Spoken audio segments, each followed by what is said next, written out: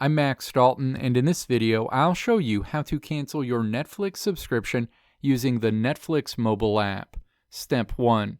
Open the Netflix app on your iPhone, iPad, or Android device, and then tap My Netflix in the menu on this screen.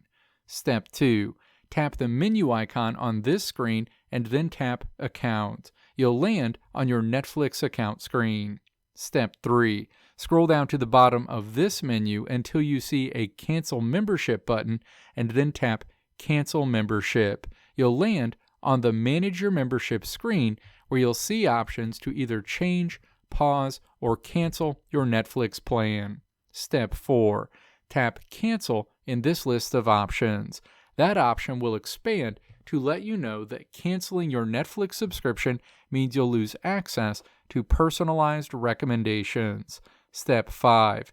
Tap Finish Cancellation. The next screen lets you know that you've successfully canceled your Netflix subscription and tells you the date you'll have access to Netflix through.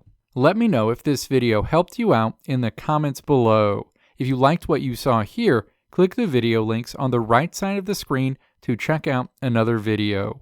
Or click the logo on the left side of the screen to check out my tutorial website at www.maxdalton.how.